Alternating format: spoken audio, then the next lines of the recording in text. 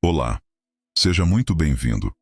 Hoje nós vamos mergulhar em uma das cartas mais intensas, pessoais e emocionalmente complexas de todo o Novo Testamento, a segunda carta aos Coríntios.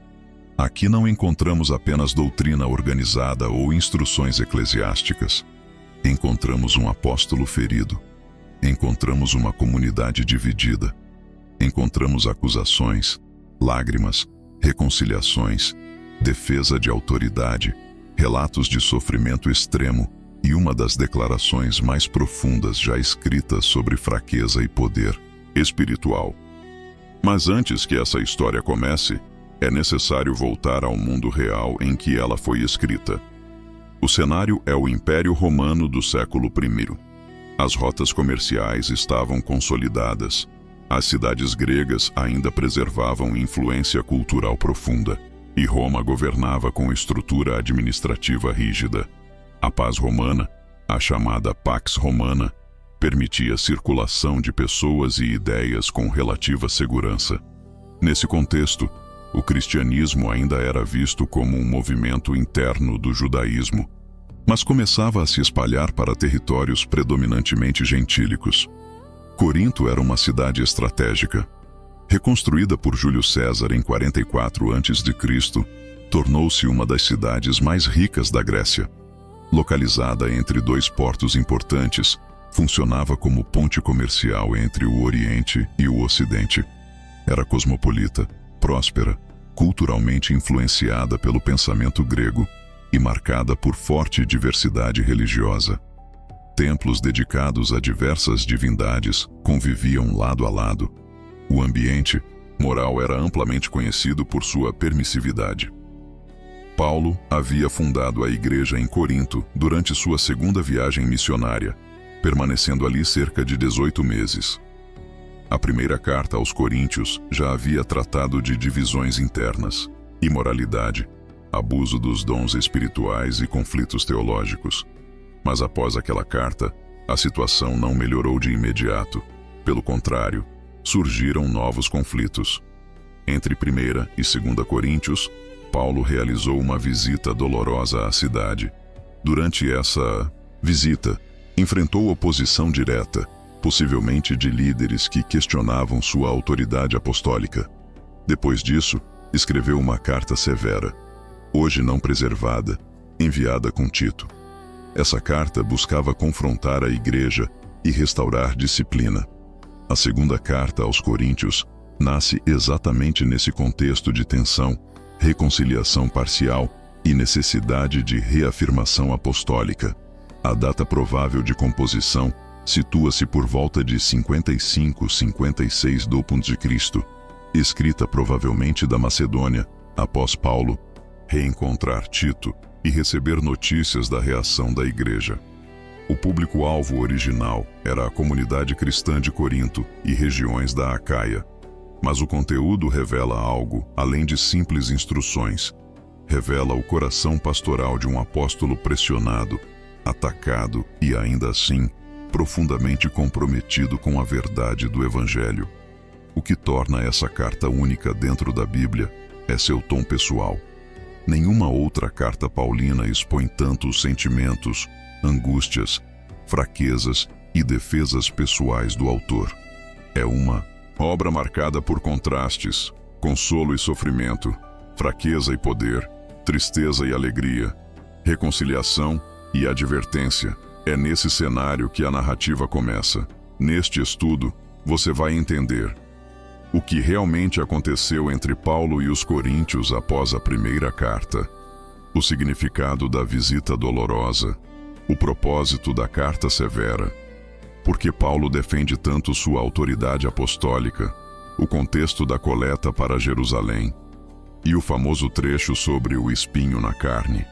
Ao longo desta jornada, veremos como sofrimento, autoridade espiritual e reconciliação se entrelaçam de maneira única, e nos blocos finais, chegaremos ao momento em que Paulo descreve uma experiência extraordinária, algo que ele quase não ousa revelar, mas que redefine completamente o entendimento de poder espiritual. Agora, vamos organizar essa jornada. Mapa do vídeo. Bloco 1 de 7. Entre a dor e a autoridade apostólica. Bloco 2 de 7. Consolação no meio da aflição. Bloco 3 de 7. Ministério da Nova Aliança. Bloco 4 de 7. Fragilidade e tesouro. Bloco 5 de 7. Reconciliação e generosidade. Bloco 6 de 7. Defesa apostólica e confronto. Bloco 7 de 7. O espinho na carne e o poder na fraqueza. Já entendemos o contexto histórico. Agora começamos o texto propriamente dito. Bloco 1 de 7. Entre a dor e a autoridade apostólica. A carta se abre com a identificação tradicional. Paulo, apóstolo de Cristo Jesus pela vontade de Deus, e Timóteo, o irmão. Logo no início há uma afirmação importante. Sua autoridade não é autoproclamada. Ele reafirma que sua condição apostólica é resultado da vontade divina. Ele dirige a carta à Igreja de Deus que está em Corinto, com todos os santos em toda a Acaia. Isso indica que a influência da carta ultrapassava a cidade, alcançando comunidades vizinhas. Nos primeiros versículos do capítulo 1, Paulo introduz um dos temas centrais: consolo em meio à tribulação. Ele descreve Deus como Pai das misericórdias e Deus de toda consolação. Essa expressão não é apenas devocional. Ela prepara o terreno para explicar os sofrimentos que ele enfrentou. Paulo menciona tribulações severas na Ásia, ao ponto de perder a esperança da própria vida. Esse detalhe histórico pode se referir a perseguições enfrentadas em Éfeso. Ele descreve essa experiência como sentença de morte em si mesmo, mas afirma que isso o ensinou a não confiar em si, e sim em Deus que ressuscita os mortos. O capítulo 1 também revela uma tensão prática. Paulo havia mudado seus planos de viagem. Alguns o acusavam de inconstância. Ele responde dizendo que suas decisões não são tomadas com leviandade. Sua palavra não é sim e não ao mesmo tempo. Essa defesa revela que sua autoridade estava sendo questionada. Ele argumenta que o próprio Evangelho não é contraditório. Cristo não é sim e não, mas sempre sim nas promessas de Deus. No capítulo 2, Paulo menciona explicitamente a visita dolorosa. Ele afirma que decidiu não fazer nova visita em tristeza. Isso indica que houve um encontro difícil anterior. Ele fala de alguém que causou dor, possivelmente o mesmo indivíduo mencionado em 1 Coríntios 5, ou um opositor que o confrontou publicamente. Mas agora, em 2 Coríntios, ele pede que a igreja perdoe e restaure essa pessoa, para que não seja consumida por excessiva tristeza. Esse detalhe revela mudança de tom. Disciplina já foi aplicada. Agora é tempo de reconciliação. Ainda no capítulo 2, Paulo menciona sua ansiedade ao não encontrar Tito em Troade. Isso mostra que a comunicação entre as igrejas dependia de mensageiros físicos. Sua inquietação demonstra envolvimento emocional profundo. O bloco inicial da carta, portanto, apresenta 3 elementos fundamentais: defesa da autoridade apostólica, relato de sofrimento extremo, busca por reconciliação. Aqui vemos um apóstolo que não escreve como teórico distante. Ele escreve como alguém ferido, pressionado e pastoralmente envolvido. Já entendemos o clima emocional e histórico da carta. Mas a partir do próximo bloco, Paulo começa a ampliar essa defesa, transformando o sofrimento em argumento teológico.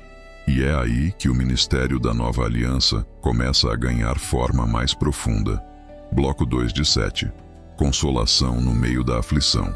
Se no bloco anterior vimos Paulo expor sua dor e defender sua integridade, agora a carta começa a revelar algo ainda mais profundo. O sofrimento não é apenas experiência pessoal, ele faz parte do próprio ministério apostólico. No final do capítulo 2, após mencionar sua inquietação em Troade por não encontrar Tito, Paulo insere uma das imagens mais marcantes da carta, a metáfora do triunfo. Ele afirma que Deus sempre o conduz em triunfo em Cristo e por meio dele espalha o aroma do conhecimento em todo lugar. Essa linguagem remete às procissões romanas de vitória, nas quais o general vencedor marchava com seus prisioneiros, espalhando incenso pela cidade. Para uns, aquele aroma significava vida e celebração. Para outros, significava morte e julgamento. Paulo usa essa imagem para explicar a ambiguidade da pregação do Evangelho. Para alguns, o Evangelho é aroma de vida para vida. Para outros, é aroma de morte para morte. O mesmo Cristo que salva também confronta. E ele encerra essa sessão com uma pergunta retórica que revela o peso da responsabilidade. Quem é suficiente para estas coisas? A resposta implícita é clara. Ninguém é suficiente por si mesmo.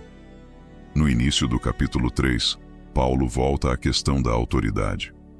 Ele pergunta se precisa de cartas de recomendação.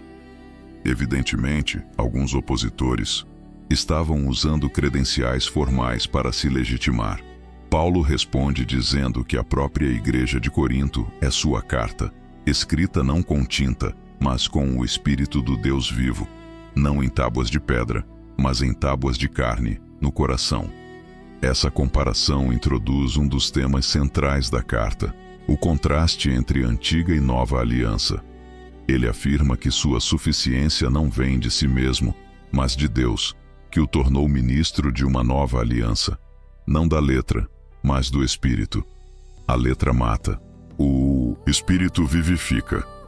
Paulo então desenvolve uma comparação detalhada entre o ministério da antiga aliança, associado à glória do Sinai, e o ministério da nova aliança.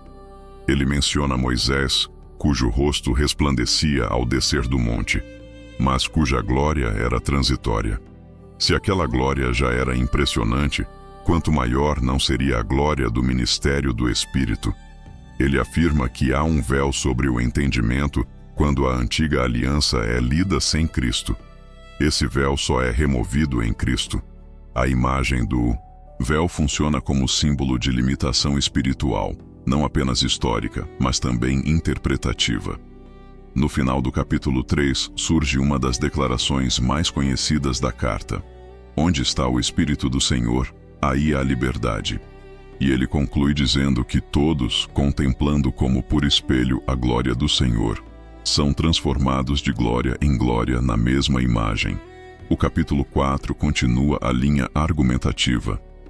Paulo declara que não desanima porque recebeu misericórdia para exercer esse ministério.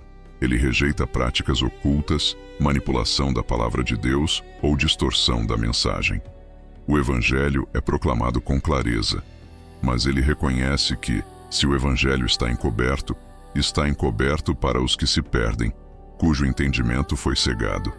Aqui ele introduz uma dimensão espiritual do conflito, a oposição invisível ao avanço da mensagem. Ele enfatiza que não prega a si mesmo, mas a Cristo como Senhor, e a si como servo por causa de Jesus. A luz que brilhou na criação é a mesma que brilhou nos corações, trazendo conhecimento da glória de Deus na face de Cristo. E então surge uma imagem decisiva para entender toda a carta. Temos este tesouro em vasos de barro. O Evangelho é o tesouro. Os mensageiros são frágeis recipientes. A fragilidade do apóstolo não contradiz o poder da mensagem, ela o evidencia. Paulo descreve sua experiência com uma sequência de contrastes: atribulados, mas não angustiados; perplexos, mas não desanimados; perseguidos, mas não desamparados; abatidos, mas não destruídos. Essa lista revela não apenas sofrimento, mas resistência.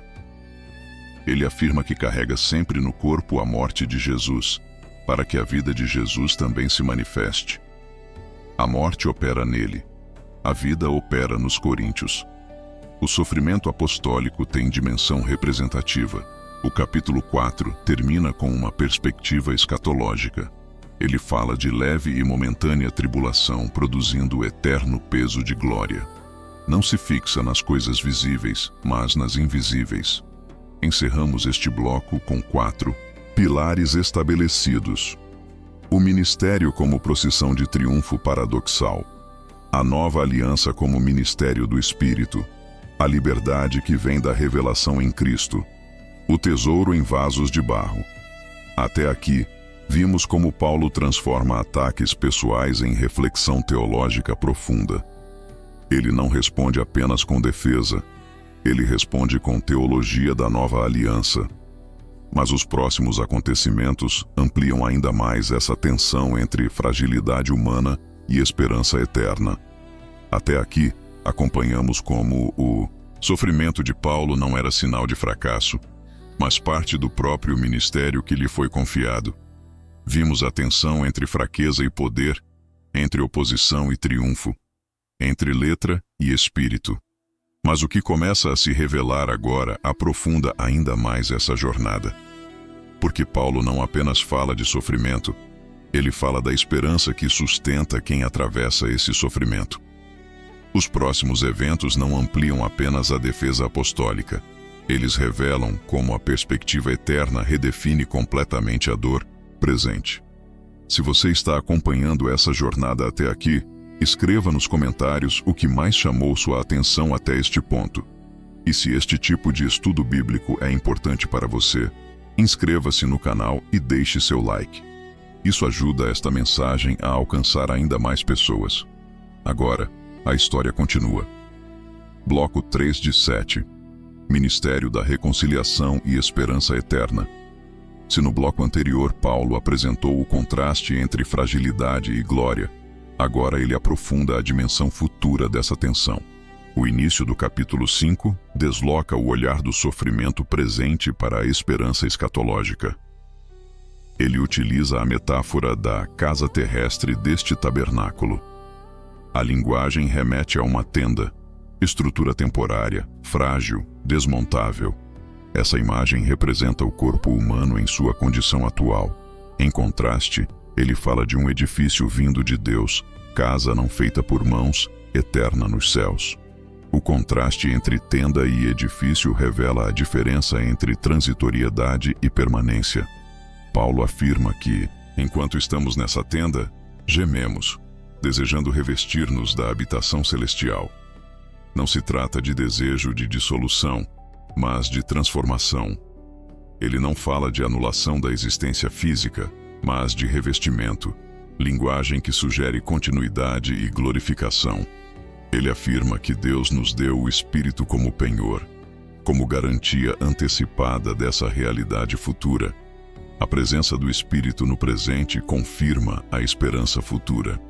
Esse argumento conecta diretamente com o capítulo 3, onde o ministério do Espírito já havia sido destacado. Paulo então declara que andamos por fé e não por vista. Essa afirmação não é abstrata. Ela surge dentro de um contexto de sofrimento concreto. A fé sustenta a perspectiva quando a realidade visível parece contradizer as promessas.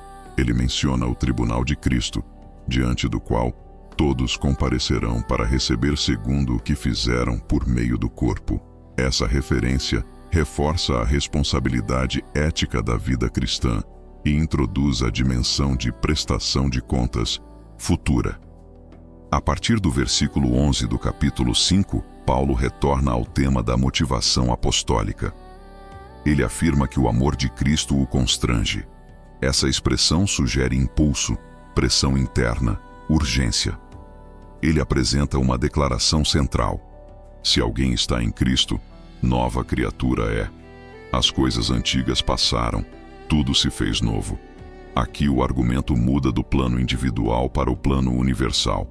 Ele afirma que Deus estava em Cristo reconciliando consigo o mundo, não imputando aos homens as suas transgressões. O ministério apostólico é descrito como o ministério da reconciliação. Paulo e seus cooperadores são embaixadores em nome de Cristo, como se Deus estivesse apelando por meio deles. Esse trecho não é apenas teológico, é estrutural dentro da carta. Ele transforma a defesa pessoal de Paulo em afirmação do próprio caráter do Evangelho. Sua autoridade não é autodefesa egoísta, é expressão de missão reconciliadora. No capítulo 6, Paulo passa a exortar os coríntios a não receberem a graça de Deus em vão. Ele cita Isaías, reforçando que o tempo aceitável é agora. O ministério não pode ser postergado. Ele apresenta uma longa lista de credenciais não convencionais. aflições, necessidades, angústias, açoites, prisões, tumultos, trabalhos, vigílias, jejuns. Em contraste, menciona pureza, ciência, longanimidade, bondade, Espírito Santo, amor não fingido. Essa sequência constrói um padrão literário de contraste, sofrimento externo e integridade interna, honra e desonra, má fama e boa. Fama, tidos como impostores e, no entanto, verdadeiros, como desconhecidos e, no entanto, bem conhecidos. O texto culmina com uma das expressões mais intensas da carta: nada tendo, mas possuindo tudo. O paradoxo define o ministério apostólico. No final do capítulo 6, Paulo faz um apelo relacional. Ele afirma que seu coração está aberto para os coríntios. O problema não está no afeto apostólico, mas na restrição deles. Ele pede reciprocidade. E então surge um trecho que muda momentaneamente o foco. A exortação para não se colocar em julgo desigual com incrédulos. Essa seção conecta santidade e identidade. Ele utiliza uma série de contrastes: justiça e iniquidade, luz e trevas, Cristo e Belial, templo de Deus e ídolos. Ele cita promessas do Antigo Testamento para fundamentar o chamado à separação e santidade. O argumento é que a identidade do povo de Deus exige coerência. Encerrando este bloco, percebemos 5 eixos principais estabelecidos: a esperança da transformação futura, o tribunal de Cristo como responsabilidade, o ministério da reconciliação, o paradoxo do sofrimento apostólico, o chamado à santidade coerente. Já vimos como Paulo estruturou sofrimento, esperança e reconciliação como partes integradas do ministério. Mas a narrativa ainda não atingiu seu ponto mais emocional. No próximo bloco, veremos como Paulo descreve sua ansiedade pelo retorno de Tito, o impacto das notícias vindas de Corinto e como tristeza e alegria se entrelaçam na restauração da relação entre apóstolo e igreja. Bloco 4 de 7. Tristeza, arrependimento e restauração. Se no bloco anterior Paulo estabeleceu o ministério da reconciliação como fundamento teológico, agora ele revela o que aconteceu na prática entre ele e os coríntios.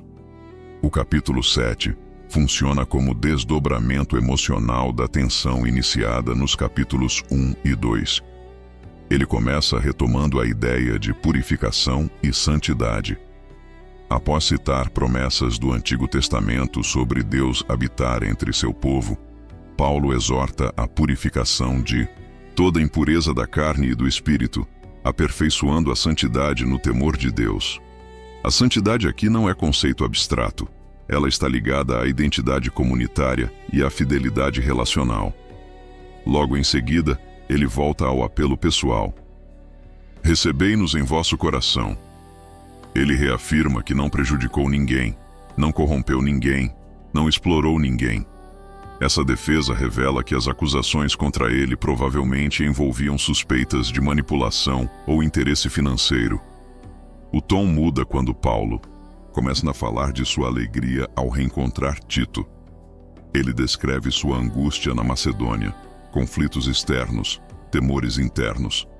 Essa dupla pressão mostra que o sofrimento não era apenas físico ou externo, mas também emocional. Quando Tito chegou com notícias de Corinto, trouxe alívio. A igreja havia reagido à carta severa com arrependimento genuíno. Isso muda completamente o clima da carta. Paulo afirma que, embora tenha entristecido os coríntios com a carta anterior, não se arrepende de tê-la escrito. Ele reconhece que a tristeza produzida foi temporária, mas resultou em arrependimento. Aqui surge uma distinção importante. Tristeza, segundo Deus, produz arrependimento para a salvação. Tristeza do mundo produz morte. Ele descreve os frutos desse arrependimento: cuidado, defesa, indignação, temor, desejo ardente, zelo, punição do erro. Essa lista revela que a igreja não apenas sentiu remorso, mas tomou atitudes concretas. O capítulo 7 encerra o ciclo iniciado no começo da carta. O conflito entre Paulo e os coríntios começa a ser resolvido. A autoridade apostólica não é restaurada por imposição, mas por arrependimento e reconciliação. Essa seção funciona como ponto de equilíbrio da carta.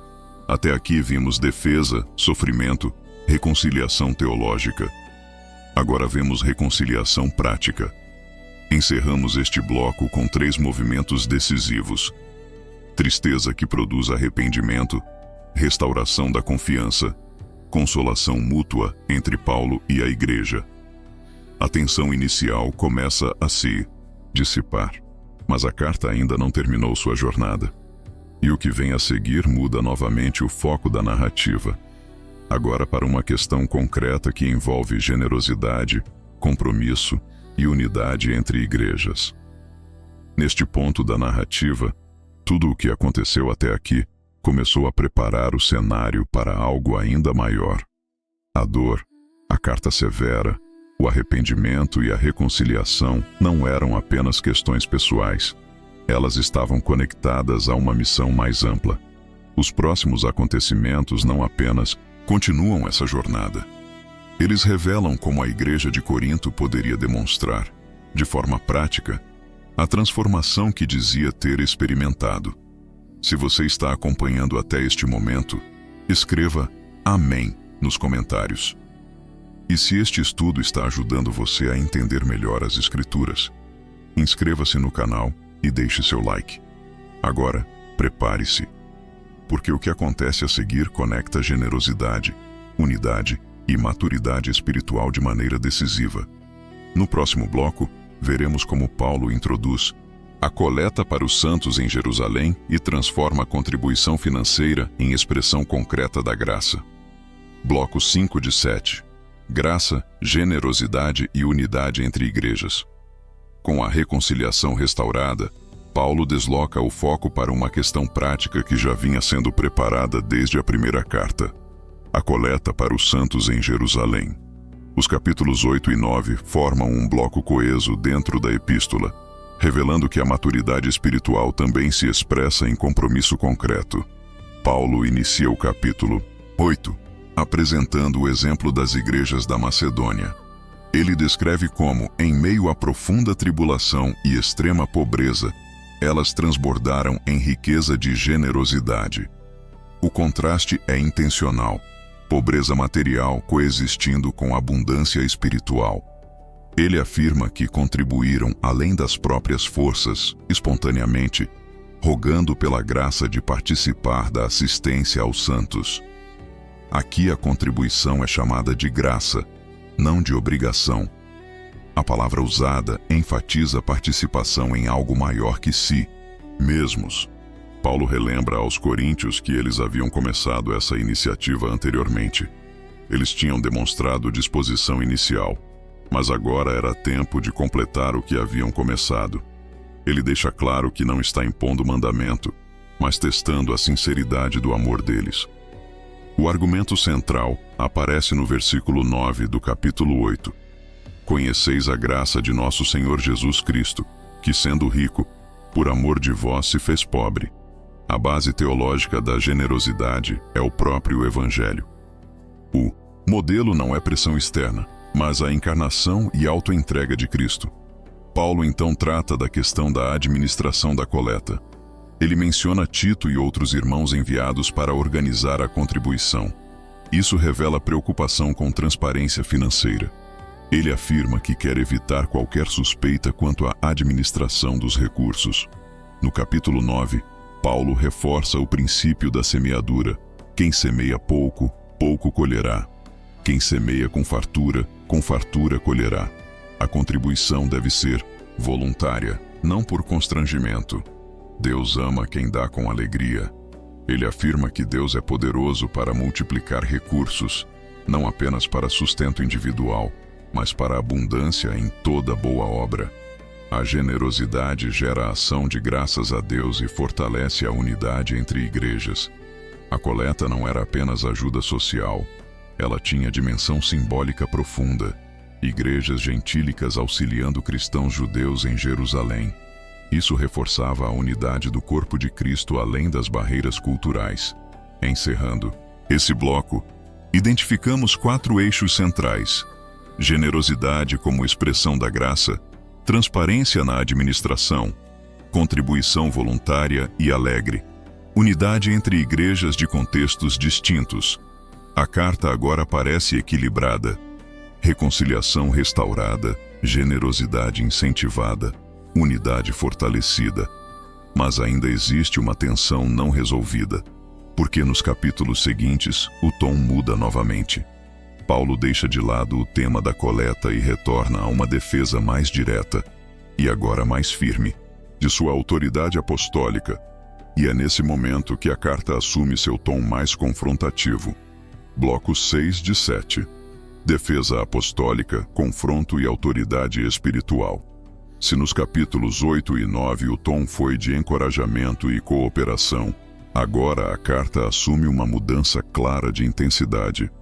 A partir do capítulo 10, o estilo se torna mais direto, mais firme e, em alguns momentos, visivelmente confrontativo. Paulo começa apelando pela mansidão e benignidade de Cristo. Essa introdução é estratégica. Alguns o acusavam de ser humilde quando presente, mas ousado quando escrevia de longe. Ele responde antecipadamente a essa crítica. Ele afirma que, embora ande na carne, não milita segundo a carne. Aqui ele introduz uma linguagem militar que marcará os próximos capítulos. As armas de sua milícia não são carnais, mas poderosas em Deus para destruir fortalezas. Ele fala de derrubar raciocínios e toda a altivez que se levanta contra o conhecimento de Deus, levando cativo todo pensamento à obediência de Cristo. Essa metáfora revela que o conflito não era meramente pessoal. Tratava-se de disputa por autoridade espiritual e fidelidade doutrinária. No capítulo 10, ele também responde às acusações sobre sua aparência e presença. Alguns diziam que suas cartas eram fortes, mas sua presença física era fraca e sua palavra desprezível. Paulo não nega sua fragilidade física, mas reafirma que o poder não está na eloquência exterior, e sim na autoridade dada por Deus. Ele rejeita a prática de se comparar com aqueles que se recomendam a si mesmos.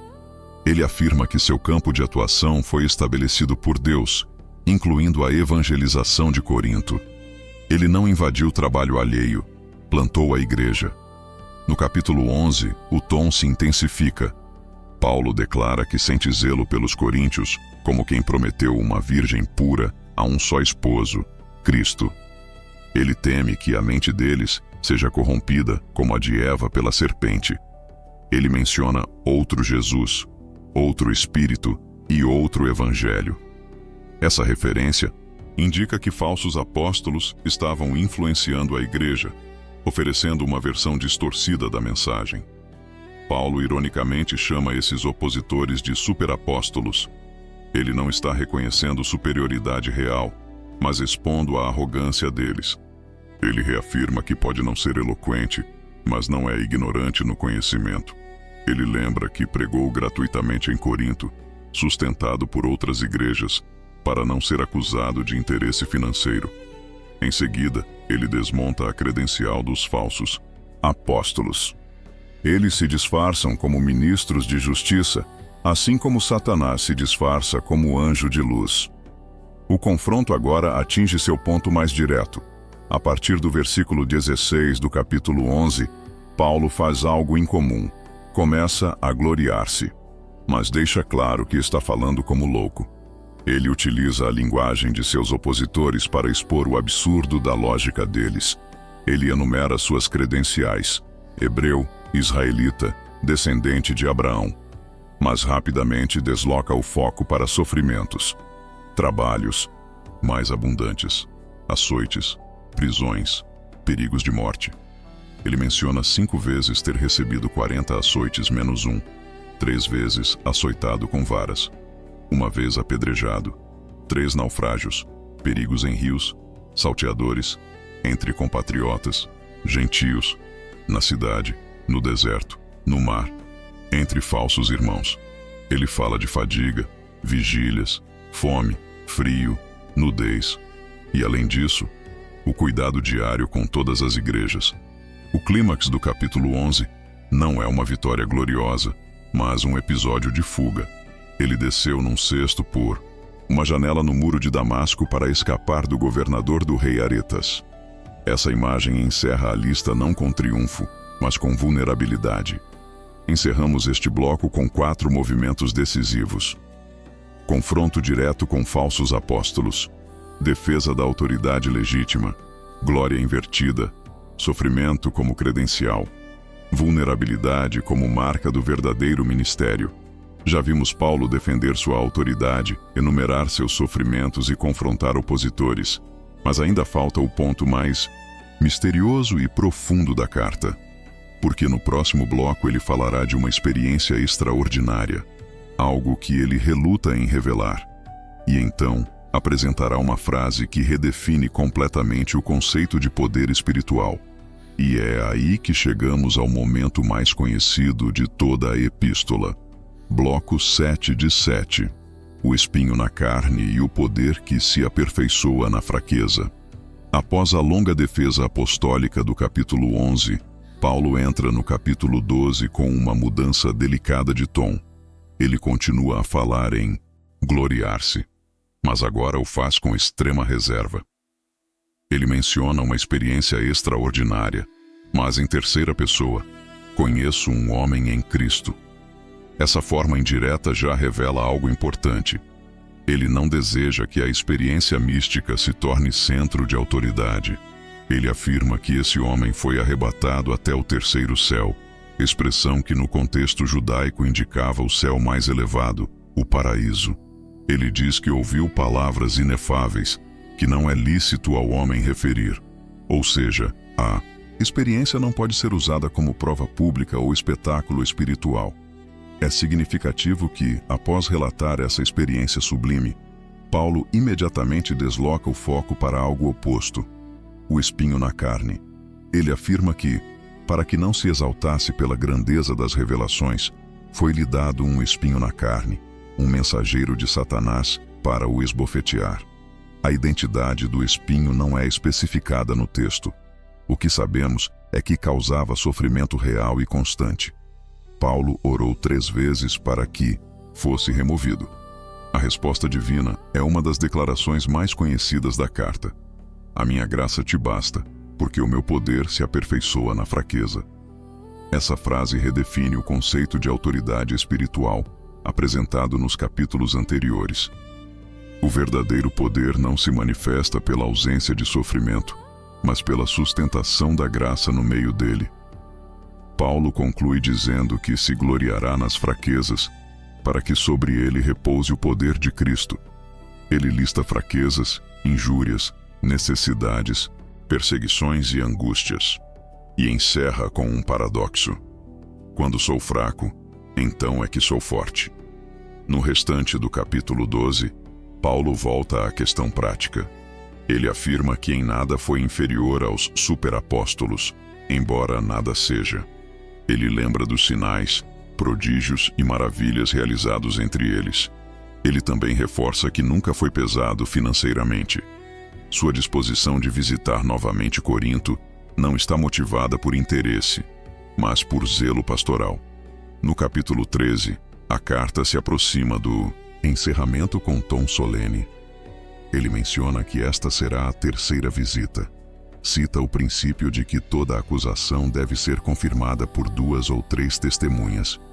Ele adverte que, se necessário, não poupará aqueles que persistirem no erro. Reafirma que Cristo não é fraco, mas poderoso entre eles. Ele convida os coríntios a examinarem a si mesmos para ver se estão na fé. Essa autoavaliação final conecta com todo o desenvolvimento da carta. Autoridade, reconciliação, generosidade e fidelidade. O encerramento traz exortações à alegria, restauração, consolação, unidade e paz. A bênção final invoca a graça do Senhor Jesus Cristo, o amor de Deus e a comunhão do Espírito Santo, uma das fórmulas trinitárias mais claras do Novo Testamento. Encerramos o último bloco com 5 eixos definitivos. Experiência extraordinária mantida em humildade. Espinho na carne como limite providencial. Graça suficiente como resposta divina. Poder aperfeiçoado na fraqueza. Exame pessoal como conclusão. Pastoral. A carta que começou com dor e tensão termina com uma síntese poderosa. Autoridade verdadeira não se fundamenta em aparência, eloquência ou experiência mística, mas em fidelidade sustentada pela graça. Ao longo desta jornada, vimos o contexto de conflito e reconciliação, a teologia do consolo em meio à aflição, o ministério da nova aliança, a reconciliação como centro da missão, a generosidade como expressão prática da graça, a defesa apostólica contra falsos mestres e, finalmente, o poder que se aperfeiçoa na fraqueza. 2 Coríntios é única porque expõe o coração do apóstolo. Não é apenas carta doutrinária, é testemunho de sofrimento, reconciliação e autoridade fundamentada na graça.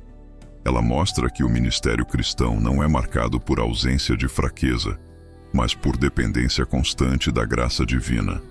Se este estudo ajudou você a compreender melhor essa carta, compartilhe com alguém que também ama aprofundar-se nas Escrituras. E escreva nos comentários qual parte desta jornada mais marcou você. A história não termina aqui. Mas hoje, encerramos esta carta que revela que no reino de Deus, a fraqueza não é derrota, é cenário para a manifestação do poder. E assim encerramos esta jornada pela segunda carta aos Coríntios. Uma carta que não nasceu em tempos tranquilos, mas em meio a conflitos, lágrimas, reconciliações e acusações. Uma carta escrita não apenas com tinta, mas com cicatrizes. Aqui vimos um apóstolo pressionado por fora e aflito por dentro, defendendo sua autoridade não com exaltação própria, mas com a evidência do sofrimento suportado por causa do Evangelho.